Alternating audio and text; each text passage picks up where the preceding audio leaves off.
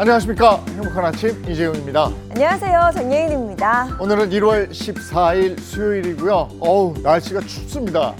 엊그제는 눈, 비 오고 좀 날이 기온이 올라갔었는데 네. 오늘은 또 굉장히 춥고 얼마 전에 또 바람이 그렇게 불고 또 내일도 눈, 비 소식이 있고 정말 롤러코스터 같은 겨울 날씨가 계속되고 있습니다. 네, 그렇습니다. 특히 이런 날씨에 가장 위험한 게 빙판길, 이 살얼음 낀 도로인데요.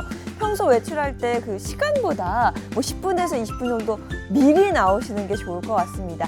안전운전 또 보행자 안전 조심하셔야겠습니다. 자, 그럼 수요일의 행복한 아침도 밝고 활기차게 시작해 볼게요.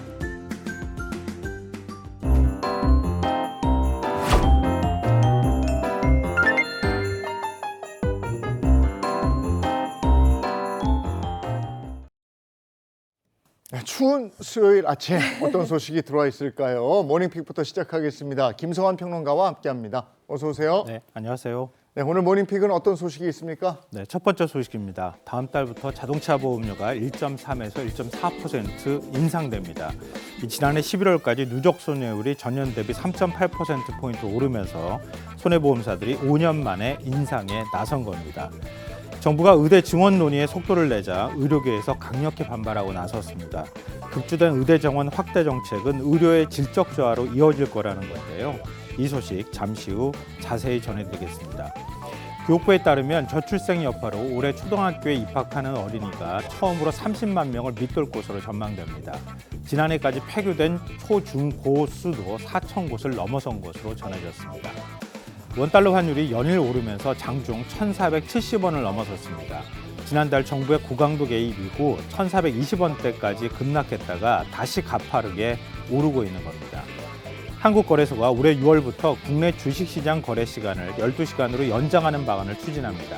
이에 따라서 아침 7시부터 거래소를 통해 주식 거래가 가능해질 전망입니다. 네, 오늘도 흥미로운 소식이 많이 보이는데요. 집중적으로 다뤄볼 모닝픽 어떤 이야기일까요? 의대 증원 논의 이거 어떻게 풀어야 좋을까요? 많은 분들이 참 답답해하고 네. 참 해법도 별로 없다는 생각들도 많이 하시는데 지금 의료계가 또다시 반발하고 나섰습니다.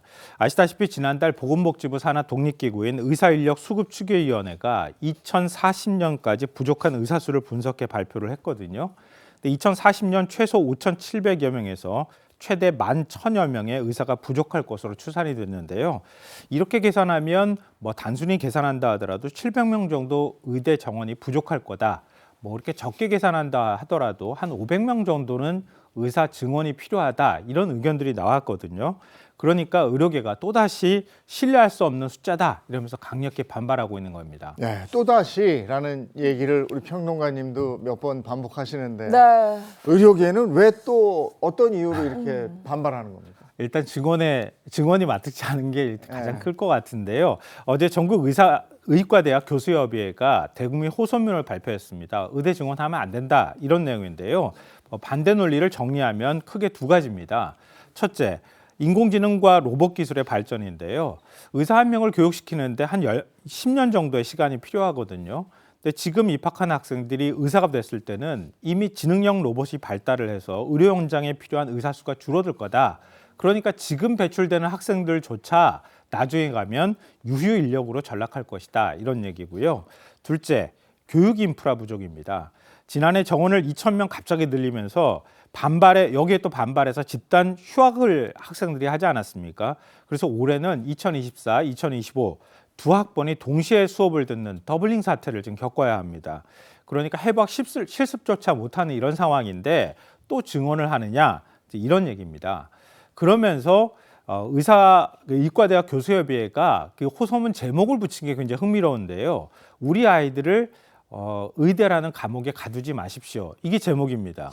근데 왜 감옥에 가둔다고 얘기했을까 네. 궁금하실 텐데요. 그러니까 지금 우수 인력들이 전부 의대 쪽으로 몰린다는 거예요. 단순히 벌이가 좋다 이런 거라는 건데요. 이런 인력들이 다른 데 인문학이나 아니면 다른 과학 분야로 가가지고 공부할 수 있는 환경을 만들어 주십시오. 이러면서 학부모를 상대로도 호소를 하는 이런 내용도 포함을 했습니다. 네. 의료계의 반발에 대해서 정부의 입장은 어떻습니까? 일단 정부는 보건의료정책심의위원회가 늦어도 설 연휴 전까지 2027학년도 의대 증원 문제를 결론 내겠다, 내도록 하겠다 이런 입장입니다.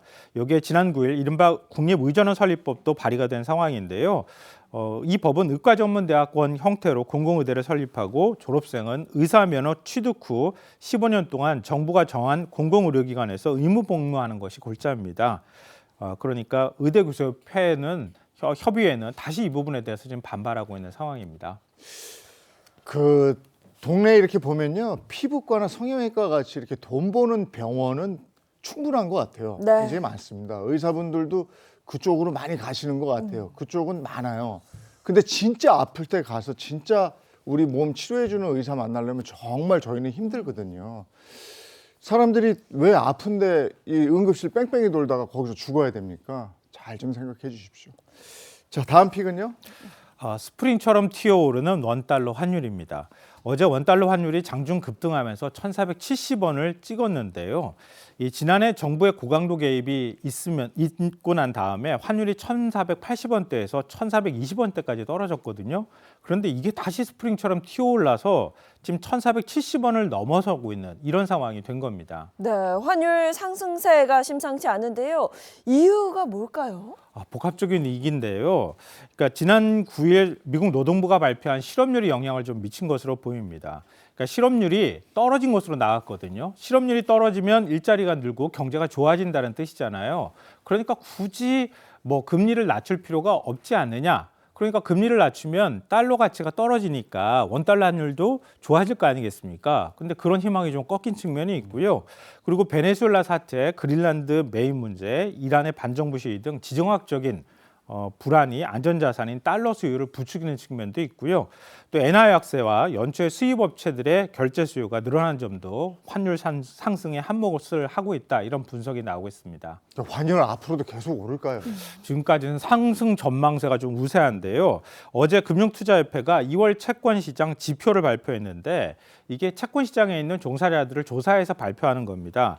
근데 이게 2월 환율 상승을 예상한 응답자가 전년보다 7%포인트가 증가를 한 거거든요. 이걸 보면 그 시장에 있는 사람들이 볼 때는 환율이 좀 더 오를 가능성도 있지 않을까? 이런 전망이 좀 우세하다고 볼 수가 있을 것 같습니다. 자꾸 이렇게 자산 가격이 막 상승하고 달러도 막 이렇게 가치가 올라가고 이러니까 내 통장에 들어있는 우리 돈 원화 가지고 있으면 사람들이 돈이 녹는다는 표현을 자꾸 써서 맞아요. 참 네. 걱정입니다. 자, 김성환 평론가와 함께했습니다. 고맙습니다. 네. 고맙습니다.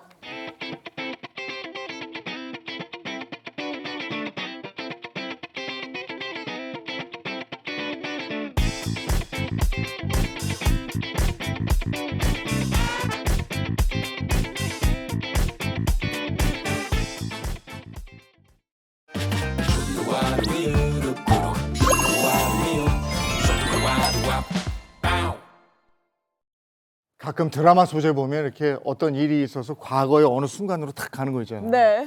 야, 저희 가서 진짜로 그 역사의 현장이나 그 순간 진짜일까 보는 모습도 재밌겠다 싶기도 하고. 그렇죠. 그런 상상하시는 분들 많으실 텐데요. 그런 분들은 이곳에 가면 딱 좋을 것 같습니다. 100년을 거슬러 그 시절 거리와 풍경을 그대로 재현한 곳이 있는데요. 뿐만 아니라 아픈 역사의 흔적과 함께 평화를 염원하게 되기도 하는 곳이라고 합니다. 어떤 곳인지 영상으로 함께 가보시죠. 화려했던 옛 도시의 영광과 전쟁의 아픈 역사가 교차하는 땅. 발 닿는 곳곳마다 한반도의 시간이 켜켜이 쌓여 있는 곳. 역사의 숨결이 살아있는 강원도 철원으로 떠나봅니다. 짠! 안녕하세요. 리포터 김혜윤입니다. 오늘은 왕의 도시라고 불렸던 철원의 찬란한 과거부터 평화의 소중함을 일깨워주는 안보 현장까지 철원의 역사적인 현장을 함께 가보실까요? 와! 궁예가 세웠던 태봉국의 수도였던 철원은 1930년대 춘천 원주와 더불어 강원도 3대 도시로 일컬어졌는데요. 이곳 역사문화공원에 오시면 마치 타임머신을 탄 것처럼 당시 번화했던 철원의 시가지 풍경을 그대로 만나볼 수 있습니다. 이곳은 단순한 공원을 넘어서 역사와 문화유산을 함께 엮어서 공부할 수 있고 또 체험할 수 있는 공간이라고 합니다. 더 좋은 점은 모두 무료라는 점입니다. 그저 둘러보는 데서 끝나는 것이 아니라 직접 체험하면서 역사를 기억할 수 있기에 살아있는 박물관이라 해도 과언이 아닌데요. 옛날 철원의 패셔니스타들이 즐겨 찾았을 법한 양장점에 한번 들어가 볼까요? 안녕하세요. 시간이 멈춘 듯한 양장점 내부. 옛 정취 가득한 이곳에는 아주 특별한 체험거리가 있다고 하는데요. 보시면 철원의 근대 가발 현재의 옷들이 다 있거든요. 골라서 입으세요. 직접 옛날 옷을 입어보고 사진까지 찍을 수 있는 신선한 체험입니다. 굉장히 다양한 옷들이 있는데 어떤 걸 입어봐야 될지 모르겠어요. 이렇게 땡땡이 원피스도 있고요. 그리고 이렇게 고급스러운 초록색 원피스도 있어요. 와! 이게 할머니가 입었던 것 같이 생겼는데 저도 한번 입어볼까요? 잘 어울릴 것 같아요. 고민 끝에 고른 레트로 의상 어떤가요? 이렇게 옷을 갈아입고 나면 철원의 옛 풍경을 배경으로 다른 어디서도 찍을 수 없는 독특한 사진을 찍을 수 있습니다. 스티커 사진처럼 여기에 낙서를 할 수도 있고 메모를 할 수도 있어요. 촬영한 사진은 즉석에서 출력도 가능하고 메일이나 폰으로 전송할 수도 있는데요. 와, 사진이 나왔어요. 너무 예쁘죠? 이 사진 두고두고 보면서 철원 생각할 것 같아요. 와. 다음으로 찾은 곳은 세월이 비켜간 듯한 철원 우편국입니다. 과거의 모습을 볼 수 있을 뿐 아니라 직접 이용해 볼 수도 있는데요. 일명 느리게 가는 우편. 3일이 아닌 3개월 후에 배달됩니다. 당일 배송이 익숙한 요즘 느린 점이 오히려 인기라는데요. 저도 3개월 후에 혜윤이에게 엽서 한 통을 띄워봅니다. 쓰셨죠? 여기다 이거 철인을 찍어주세요. 재사용을 막기 위한 철인부터 빨간 우체통까지 어른들에게는 추억을, 아이들에게는 색다른 체험을 선사해주는 곳입니다. 이 밖에도 철원 역사문화공원에는 옛날 영화를 볼 수 있는 극장 등 다양한 시설과 체험거리가 있는데요. 이렇게 100년의 시간을 훌쩍 뛰어넘은 덕분에 많은 관광객들에게 사랑받고 있습니다. 이런 곳이 있는지 처음 알았는데 뭔가 역사를 깊게 좀 알게 된 시간이었던 것 같습니다. 북한하고 좀 가장 가까운 곳이잖아요. 좀 새롭고 그리고 역사의 한 페이지를 보는 것 같아서 너무나 흐뭇하고 좋습니다. 관람이 끝났다면 꼭 들러야 할 곳이 또 있다는데요. 철원 역사문화공원 바로 옆 도보로 1, 2분만 걸어오면 만날 수 있는 특별한 장소가 있습니다. 바로 노동당사입니다. 화려했던 거리 뒤편으로 이제는 뼈대만 남은 이 건물이 바로 철원 노동당사인데요. 한국전쟁 전후의 역사와 분단의 아픔을 상징하는 대표적인 근대 유적입니다. 1946년 북한이 건립한 이후 전쟁의 포화 속에서도 꿋꿋이 자리를 지키며 오늘날까지 분단의 상흔을 증언하고 있습니다. 와, 사진이나 영상으로 봤던 것보다 훨씬 큰데요. 이렇게 벽에 곳곳에 무너지고 또 깨진 벽들이 그대로 방치되어 있는 모습을 보니까 전쟁의 상처가 그대로 느껴지네요. 이처럼 철원은 아름다운 자연 풍광과 더불어 대한민국 현대사의 아픔을 고스란히 간직하고 있는데요. 그중 한 곳이 바로 이곳, 거센 물길이 흐르는 한탄강 위에 놓인 오래된 다리. 수많은 이야기를 품고 있는 승일교입니다. 겉보기에는 평범한 다리 같지만 이 다리에는 특별한 사연이 숨겨져 있다고 하는데요.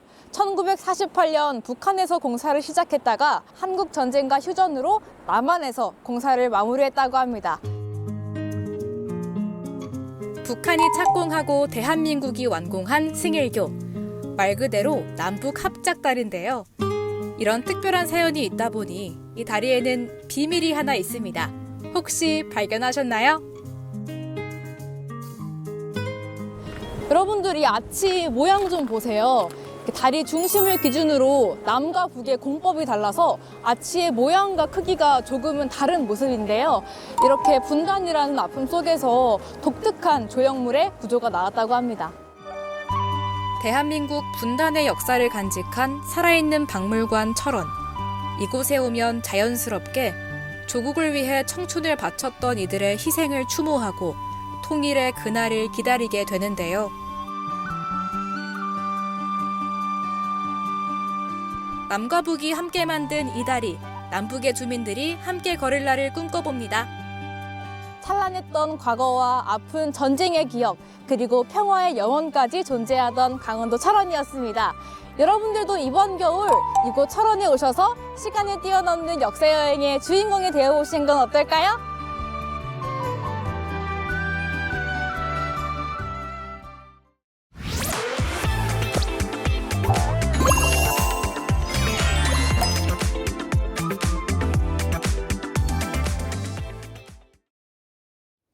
네, 이번엔 한 주간의 연예 소식 같이 나누겠습니다. 연예계 이슈 시간입니다. 네, 매주 이 시간 함께해 주시는 분들입니다. 어서 오세요. 안녕하세요. 오늘도 풍성한 연예계 소식 들고 왔습니다. 대중문화 전문기자 홍중선입니다. 안녕하세요. 연예계를 뒤흔든 소식만 가지고 왔습니다. 미남 전문기자 최정아입니다. 네, 오늘 전해드릴 연예계 소식 얼마나 재미있게요. 연예계 덕후 박은영입니다. 네, 연예계 화제의 단신부터 가겠습니다. 업 앤 다운부터 시작해 주시죠. 네, 1월 둘째 주 업 앤 다운 키워드는요. 오늘은 또 다운에만 두 가지 키워드 선정됐습니다. 바로 나도 피해자 그리고 반전의 반전 이렇게 두 가지 키워드인데요. 나도 피해자 먼저 살펴보겠습니다. 네, 나도 피해자다. 이 키워드 뭔지 궁금한데요. 어떤 소식일까요? 뭔가 억울함이 느껴지시죠? 네. 이게 그러니까 상간 소송에 휘말린 한 트로트 가수의 이야기인데 이 이야기는 지난달 29일 말하자면 지난해로 거슬러 올라갑니다. 지난달 29일에 한 시사 프로그램에서 한 40대 주부가 내가 두 자녀를 두고 있는데 이게 제 사연입니다 하면서 호소를 했어요. 그래서 이제 지난해 초부터 시작해서 조금 이 사연을 전해드릴게요. 이 주부에 따르면 지난해 초에 가족여행이 예정돼 있었는데 갑자기 남편이 이 여행을 취소하더니 집도 종종 비우더니 급기야 지난해 2월에는 가출을 감행했다는 겁니다. 가출을 감행해서 이게 어떻게 된 건가? 아니 남편이 집에 들어오지 않는데 당연히 찾아봐야 되겠죠. 알아봤더니 이 남편이 한 여성과 동거까지 하면서 불륜을 저지르고 있더라는 그런 사실을 알게 된 겁니다. 그런데 충격이 여기서 끝나질 않아요. 영상을 하나 공개했는데 이 남성과 여성이 살고 있는 오피스텔 복도에서 또 엘리베이터에서 벌어진 지난 스킨십 영상도 이 스킨십 영상도 공개를 했고 그런데 이것도 모자라서 충격이 더해지는데 그 바로 내 남편의 상간녀라고 이 주부가 지목하는 여성이 최근에 인기를 얻고 있는 지금도 프로그램에 출연 중인 트로트 가수다. 이렇게 밝혀서 대중에게 충격을 안겼던 겁니다. 이 해당 트로트 가수 처음에는 관계를 부인을 했는데 이제 사실 이제 지난 9월에 이 40대 주부가 지난해 9월이죠. 이 트로트 가수를 상대로 해서 1억 원의 어떤 이 배상금을 위자료를 청구하는 상간녀 소송을 위자료 청구 소송을 냈었고 그러자 그때 당시에 아니요 저 이 남자 정말 거의 이혼 다 마무리된 그런 상황인 줄 가정 파탄난 상황인 줄 알았어요. 그리고 제가 지금 암 투병 중이신 어머니 병구안도 해야 되고 치료비도 필요합니다면서 이 여성분에게 말하자면 이 남자의 아내분이죠. 그분한테 한 번만 선처해달라고 호소를 했다는 겁니다. 이런 사실이 알려지면서 누리꾼들 정말 네티즌 수사대 누리꾼 수사대 무섭습니다. 한 가수를 딱 지목했는데 그게 누구였냐 하면 바로 떠오르는 신의 스타 숙행 씨가 그 상간녀다. 이렇게 지목을 하면서 또 한 번 충격이 더해졌습니다. 네. 숙행 씨는 그러면 이런 것에 대해서 어떤 입장입니까? 네, 의혹이 불거진 지 하루 만에 숙행 씨는 SNS를 통해서 자신의 입장을 내놨는데요. 이 글을 읽어보면 의혹의 주인공이 맞다라는 인정과 함께 개인적인 일로 심려를 끼쳐드림 전 진심으로 사과드린다. 현재 출연 중인 프로그램에서 자진 하차하겠다라고 밝혔고요. 또 모든 사실관계는 추후 법적 절차를 통해서 밝히도록 하겠다라는 입장 입장을 전했습니다. 그리고 처음 의혹을 전달한 방송에 따르면 이 숙행 씨의 입장이 조금 더 명확하게 드러나는 것을 확인할 수 있는데요. 상대방의 혼인관계가 이미 파탄에 이르렀다는 말을 믿고 교제를 시작했다. 그리고 아내와의 이혼이 합의된 것이 아니라는 것을 알게 되면서 지체 없이 만남을 중단했다. 자신을 기망해 이번 사태를 초래한 상대방 남성에 대해서도 구상권 청구 등 법적 조치를 할 예정이다라고 밝혔습니다. 한마디로 요약하면 나도 피해자다. 난 모르고 만난 것이다. 라고 주장하고 있는 셈이죠. 네, 그러니까 정리를 해보자면 해당 남성을 만난 건 사실이지만 부부의 혼인관계가 파탄이 난 줄 알았다라고 이제 숙행 씨는 주장을 하고 있는 거죠. 네, 그렇게 숙행 씨가 주장하고 있고 또 같은 말을 하는 사람이 한 사람 더 있습니다. 바로 숙행 씨의 어떻게 보면은 내연남이랄까 상간남이 같은 말을 하는 건데 이렇게 얘기를 하고 있어요. 내가 숙행 씨한테 이혼을 전제로 별거 중이고 사실상 이 부부관계는 정리된 상태라고 설명을 했었다. 숙행 씨 입장에서는 억울할 수 있다. 과정만 보면 숙행은 피해자다. 이렇게 감싸는 모습을 보였고요. 사실은 숙행 씨가 이렇게 이제 그 부인 이렇게 선처 호소만 하고 이 위자료 청구 소송에 대한 답변서를 제출하지 않았었어요. 이게 답변서 제출하지 않으면 그대로 이제 선고가 되거든요. 그 판결 선고가 원래는 내일이었습니다. 그런데 숙행 씨가 이제 이대로는 안 되겠다. 대중에게 다 알려지고 하면서 법적 소송을 정식으로 내게 됩니다. 말하자면은 소송에 입장 내고 나의 억울함 밝히겠다 이제 이런 건데 그러다 보니까 내일이었던 이 변론 기일이 아니라 이 아예 이 선고일은 취소가 됐고 이제 어떤 정식의 법적 소송이 시작이 됐습니다. 만약에 이제 소송이 진행이 되면 숙행 씨가 억울하다가 주장한 부분, 이 부분이 뭐 면책 사유가 되는 겁니까? 그 부분에 대해서는 전문가의 의견이 중요할 것 같은데요. 준비해봤습니다. 함께 들어보시죠. 이번 사안 같은 경우 남자 측이 숙행 씨는 이혼 상태라고 인지했을 것이다 라고 주장을 하고 있기 때문에 이 부분은 지금 나도 피해자라고 언급하고 있는 숙행 씨의 주장과 일부 일치한다라고 볼 수 있겠지만 배우자가 있다는 사실을 충분히 인지하고 있었다. 그 관계가 굉장히 오래되었기 때문에 몰랐을 수 없었다라는 부분을 입증해낸다면 이와 같은 주장이 있다고 해도 결국 민사상 배상 책임을 질 수밖에 없는 상황이 올 수 있습니다. 이 부부관계의 실체가 파탄났다. 그 이후에 숙행 씨를 만났다고 한다면 책임을 지지 않을 가능성도 남아는 있습니다. 다만 지금 배우자 측에서 계속해서 이와 관련해 배우자를 있다는 걸 알고도 만나왔다고 주장하고 있기 때문에 관련된 사실관계는 좀 더 지켜볼 필요가 있어 보입니다.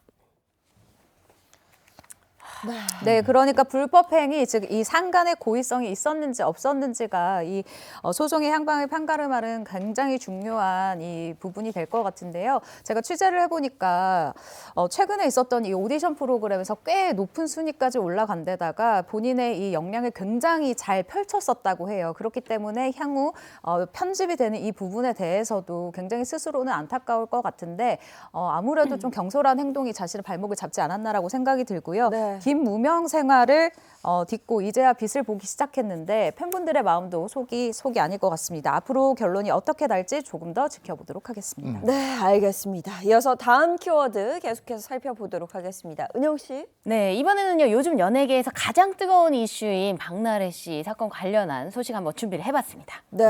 반전의 반전 이렇게 돼 있는데 박나래 씨 사건의 반전이 계속되고 있다는 건가요? 그렇습니다. 이제 박나래 씨 사건 관련해서 저희 행복한 아침에서도 잘 전해드려 왔는데 이번에 한 너튜브 채널에서 녹취록이 하나 공개가 됐는데 여성 2명의 목소리입니다. 그런데 이게 한 명은 박나래, 한 명은 박나래 씨의 전 매니저다 이렇게 얘기를 하면서 녹취록이 공개가 된 겁니다. 이 녹취록이 이제 보면은요, 이 녹취록이 녹음된 시점이 언제냐면 이 전 매니저가 갑질 의혹 제기하고 한 나흘 지나서 저희도 전해드렸었는데 왜 박나래 씨 집에서 새벽에 만났었다. 그때 뭐 박나래 씨는 이제 화해했어요, 오해 풀었어요 하는데 박나래 씨 전 매니저 아니에요 막 이랬던 그날 그날 녹음된 것으로 알려진 그 녹취록인데요.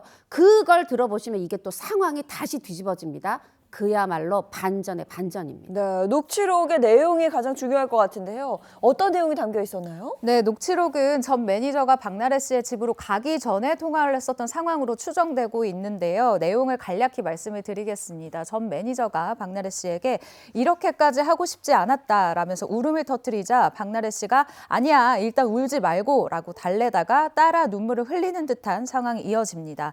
이어서 전 매니저가 박나래 씨의 목 건강 그리고 이 반려견에 대한 이 걱정하는 듯한 표현을 했고요. 박나래 씨 또한 이 추운 날씨에 대한 이야기를 하면서 전 매니저의 건강을 걱정하는 듯한 대화가 오고 갔거든요. 이후 두 사람이 이 박나래 씨 자택에서 3시간가량 만남을 가진 것으로 알려졌고 박나래 씨는 그로부터 몇 시간 뒤에 매니저와 오해를 풀었다면서 그날 입장문을 낸 바가 있습니다. 하지만 이 전 매니저 측에서는 박나래 씨의 입장문을 보고 어이가 없었다. 입장문을 내려고 나를 만난 게 아니었나 싶다라고 또 입장을 발표를 했죠. 그런데 이번에 녹취록이 공개가 되면서 사람들이 생각할 때는 저 정도 대화가 오갔다면 아무래도 오해를 풀었다라고 박나래 씨가 생각하는 게 이상하지 않을 수가 있다라는 여론이 다시금 만들어지게 됐습니다. 네, 이 녹취록이 나오면서 그동안 전 매니저들이 한 주장에 대해서도 이거 한번 검증을 해봐야 된다 이런 얘기도 좀 나오던데요. 맞습니다. 이 녹취록을 공개한 너튜브 채널에서 녹취록 말고도 메신저 대화 내용 화면이라고 하면서 이제 화면을 공개했어요. 그런데 이제 이것이 박나래 씨와 또 전 매니저와의 내용인데 이게 이제 급여에 관련된 거예요. 이게 이제 시점은 2024년 9월에 독립을 했고 9월에는 사실 한 20일치 월급을 줬고 이제 뭐 그 다음에 다시 두 번째 제대로 된 한 달 월급을 줬을 때 시점인 겁니다. 근데 이제 박나래 씨가 이걸 보고 얘기를 하는 거예요. 이 매니저 가 한 338만 원 정도를 받아요. 이제 이런 부분을 보니까 그리고 로드 매니저도 한 320 몇만 원인데 로드 매니저랑 이 실장 이사라는 사람이랑 너무 차이가 안 나니까 박나래 씨가 얘기하는 겁니다. 그리고 스타일리스트랑 완전히 또 똑같거든요, 월급이. 그러니까 왜 스타일리스트랑 이 이사님 월급이 이 33만 원 가량으로 같아요. 더 받아야 되는 거 아니에요. 하는 취지로 이제 물어봅니다. 그랬더니 이 전 매니저가 저는 이만큼도 감사해요. 미팅 때 쓸 진행비도 충분하니까 더 줄여주셔도 더 월급 줄여도 괜찮아요. 이렇게 말하는 이 답변이 메신저에 담겨 있어요. 이러다 보니까 이거 그동안은 갑질이라 그러더니 박나래가 이 매니저 월급 적다고 걱정하는 거 아니냐, 챙겨주려는 거 아니냐, 이제 이런 얘기가 이제 보태지고요.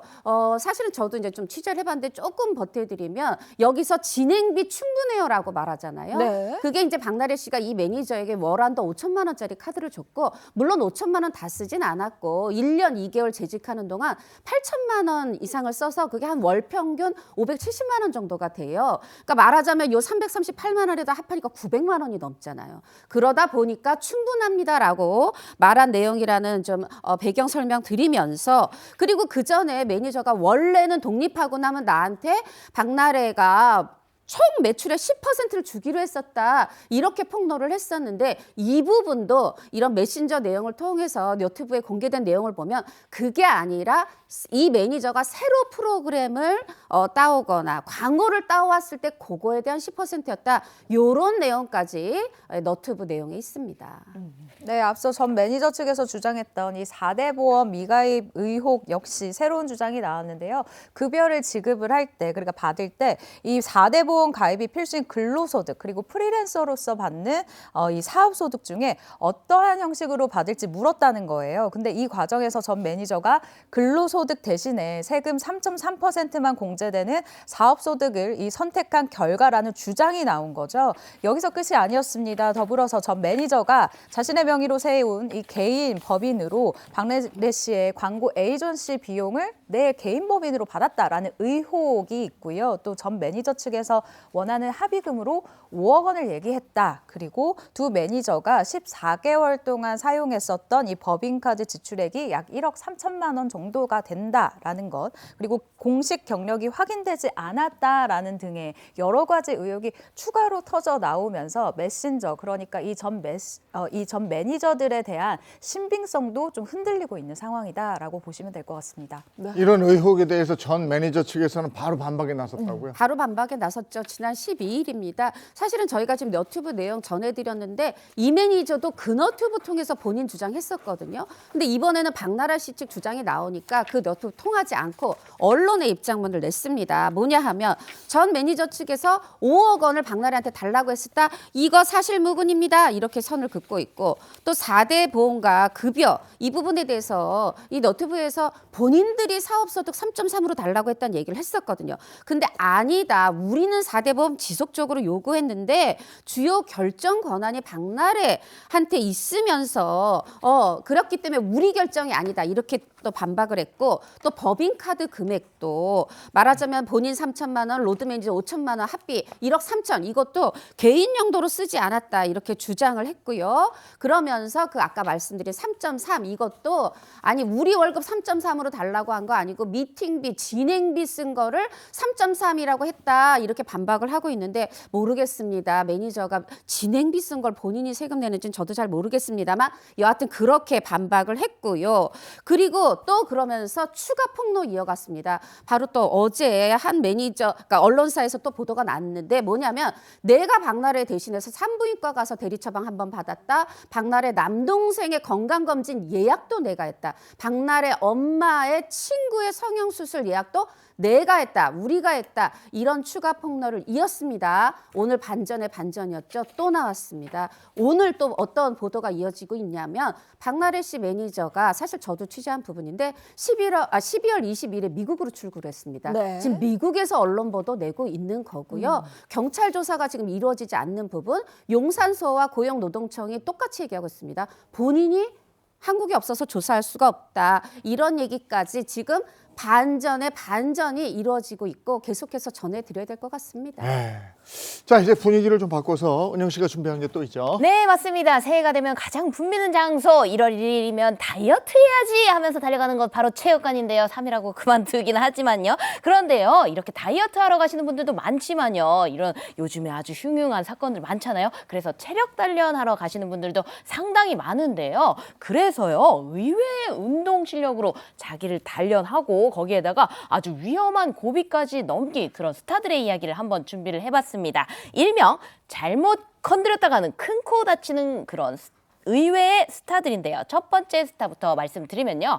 야, 특공무술의 달인 바로 나나 씨, 배우 나나 씨의 이야기입니다. 아니 특공무술이라고 하면 보통 이제 특수부대처럼 실전에서 뭔가 특수한 기술을 요할 때 사용하는 걸로 알고 있는데 나나 씨가 특공무술을 해요? 아, 너무 아름답고 막 이렇게 가녀리다 보니까 얼핏 매치가 안 되죠. 뭔가 특전사 분위기여야 될 것 같은데. 근데 특히나 나나 씨 하면요. 한때 미국에서, 우리나라도 아니고 미국 영화 사이트에서 선정한 세계에서 가장 아름다운 얼굴 100인을 뽑았는데 그중에 무려 1위를 차지했던 그런 스타다 보니까 더 매치가 안 되실 텐데, 우리 예인 아나운서 말씀하신 것처럼 특공무술, 뭔가 특수한 공격과 방어로 이루어진 실전 제압 중심의 뭔가 전문가 특수 무술이거든요.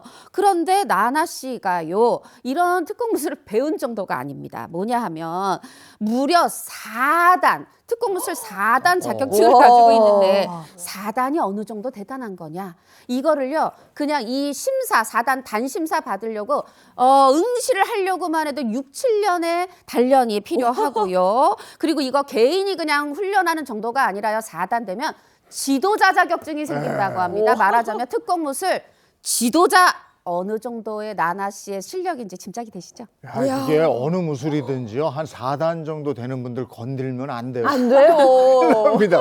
그런 내공을 가진 나나 씨를 최근에 잘못 건드렸다 큰일 난 사람이 있어요. 네, 맞습니다. 지난해 11월에 있었던 사건인데요. 어머니와 함께하는 이 나나 씨 집에 이 흉기를 소지한 강도가 침입하는 일이 벌어지게 됐습니다. 당시 경찰은요, 강도가 칼집에 든 흉기를 들고 나나 씨 집에 침입을 한 후에 이 모친을 밀쳐서 목을 졸라 실신에 이르게 했고, 나나 씨가 강도를 제압하는 과정에서 몸싸움이 벌어졌다라고 알렸는데요. 실제로 나나 씨 몸싸움 끝에 제압에 성공했고요. 이 과정에서 나나 씨, 그리고 모친, 그리고 강도 모두 부상을 당했습니다. 하지만 이때 경찰은 당연히 나나 씨와 모친이 강도에게 가한 상해가 정당방위에 해당한다라고 이야기를 하면서 입건하지 않았다라고 밝히기도 했는데요. 그런데 이 와중에 현장에서 붙잡혀서 구치소에 수감 중인 바로 이 강도가 오히려 나나 씨를 상대로 참 말도 안 되는 이야기를 합니다. 살인미수 및 특수상해 혐의로 역고소를 했다라는 거예요. 정말 황당한 일이죠. 아니, 역고소가 말이 됩니까? 우리 집에 강도가 들어서 어머니가 실신하셨고 내가 제압을 했는데 역고소를 당해요? 이게 말이 안 됩니다. 그렇죠. 그러다 보니까 나나 씨 소속사 역시 이 황당함을 감추지 못하면서 가해자는 일말의 반성의 여지 없이 별건의 고소를 진행하는 반인륜적인 행위로 2차 피해를 야기하고 있다. 이렇게 비판을 했고요.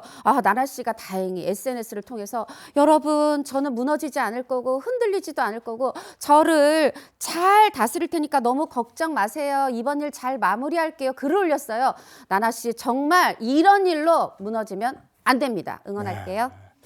자, 이 나나 씨처럼 의외의 무술 고수가 또 연예계에 또 있잖아요. 맞습니다. 너 이것도 혼수라고 해왔니? 아주 드라마에서는 악덕 시어머니 역할을 하시지만요. 근데 실제로는 무서운 아주 칼질의 대가라고 합니다. 바로 배우 서건순 씨 이야기. 네, 이게 어떤 칼질인지 궁금하실 것 같은데요. 네. 직접 또 이야기를 해주신 게 있거든요. 영상 이어서 보시죠.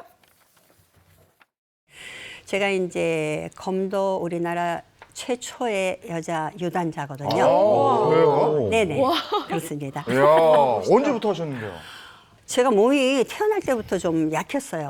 선천성 심장 판막증이라는 그런 아주 약한 아이로 태어나서 제 이제 친정 아버지께서 운동을 갖다 시켜서 좀 몸을 갖다 건강하게 만들어야 되니까 그동안에 모든 걸 다 했는데 그게 잘 안 되니까 검도를 시작을 이제 할 수 있게끔 이제 운동을 그렇게 가르쳐서 이제 또 운동을 시작했는데 그때는 우리나라에 그 검도하는 여자분들이 없었어요. 일반적이지 않았겠죠. 유일했어요. 70년대 아닙니까? 네, 그러니까 60년대. 60년대. 네네, 그때부터 했으니까. 야, 우리나라 최초의 여성 검도 유단자 60년대에 검도를 했다. 쉽지 않은 일인데. 네, 서건순 씨 같은 경우에는 당시에 경호원, 베이비시터 그리고 운전기사가 다 따로 있을 정도로 부잣집 딸이었는데 이런 부잣집 딸이 몸이 체력이 좋지 않으니까 부모님이 선택한 운동이 바로 이 검도였다고 합니다. 다행히 서건순 씨 검도를 배우면서 건강을 회복했다고 하고요. 국내에서 여성 최초로 검도 초단을 취득한 1974년도에 이런 기록이 남아있다고 하고요. 75세의 나이임에도 불구하고 지금까지 건강한 건 이 기초 체력이 되어 있기 때문이다라고 얘기를 하기도 했죠. 남자 스타 누구 없습니까? 네, 제가 화면으로 또 준비를 해봤거든요. 이분은 아주 부드러운 카리스마를 뽐내는 그런 분입니다. 전통 무술의 고수인 우리 이재용 MC와 쌍벽을 이루는 우리나라 또 탑 MC였죠. 바로 임성은 아나운서입니다. 임성은 씨가 전통 무술의 고수예요? 네, 그렇습니다. 아마 믿기지 않는 분들이 굉장히 많으실 것 같은데요. 임성훈 씨, 이 당랑권, 사과마귀 모양, 그리고 소림사의 권법인 오영권 등 굉장히 많은 무술에 대해서 능통한 분이고요. 또 정도술, 우리나라 정통 무술, 그리고 태국의 무에타이까지 각종 무예에 능하다고 합니다. 네, 아니 지금 사진만 봐도 눈빛이 살아있는데 이게 무예 실력이 어느 정도인 거예요? 임성훈 씨가 아내를 태우고 운전하는데 덩치 큰 두 남자 가서 시비를 걸었대요. 오. 그런데 몇 번의 펀치가 필요했을까요? 단 2방, 한 명에 한 방씩. 이렇게 와 정말 사실요 저도 여러분한테 물어봤었거든요. 연예인 중에 누가 주먹 제일 세요? 그러면 연예계 펀치 1인자로 임성훈 씨를 꼽습니다. 정말 잘못 건드리면 큰 코 다칠 스타들이 꽤 있네요. 이야, 오늘 얘기 들어보니까 저도 어디 가서 체육관 빨리 등록해. 멋지잖아. 멋있죠. 네. 알겠습니다. 고맙습니다. 고맙습니다. 자, 날이 정말 춥습니다. 오늘 날씨 어떨지 궁금한데요. 문단영 기상캐스터 나와주세요. 네, 한 주간 기온이 오락가락합니다. 어제 낮부터 기온이 떨어지기 시작해 오늘 아침 기온이 뚝 떨어졌는데요. 현재 서울의 기온은 영하 9.2도로 한겨울 강추위입니다. 아침 기온이 어제보다 10도 이상 떨어지면서 중부지방과 영남을 중심으로는 한파특보가 발효 중인 곳들이 굉장히 많습니다. 특히 비눈이 얼어붙으면서 미끄럼 사고에 특히 유의해 주셔야겠습니다. 낮에는 기온이 큰 폭으로 올라서 다행히 추위는 다소 누그러지겠습니다. 한낮에 서울이 2도, 대전이 5도, 전주와 대구가 7도까지 올라서 평년 기온을 조금 웃돌겠습니다. 오늘 전국 하늘은 가끔 구름만 많다가 오후부터 흐려지겠는데요. 늦은 밤부터는 강원을 중심으로 눈비가 시작돼 내일 중부지방을 중심으로 확대되겠습니다. 내일 비구름이 덮이면서 아침 기온도 영상권으로 올라 추위는 다소 누그러지겠고요. 금요일부터 일요일까지 하늘은 대체로 맑겠고 큰 추위도 없겠습니다. 일요일 오후에는 강원 영동을 중심으로 비는 소식 들어 있습니다. 여전히 강원 동해안과 영남을 중심으로는 건조특보가 발효 중입니다. 특히 오늘 동해안과 남해안을 중심으로는 바람도 강하게 불어오니까요. 야외에서 화기 사용 시에는 불씨 관리 신경 써주셔야겠습니다. 지금까지 날씨 전해드렸습니다.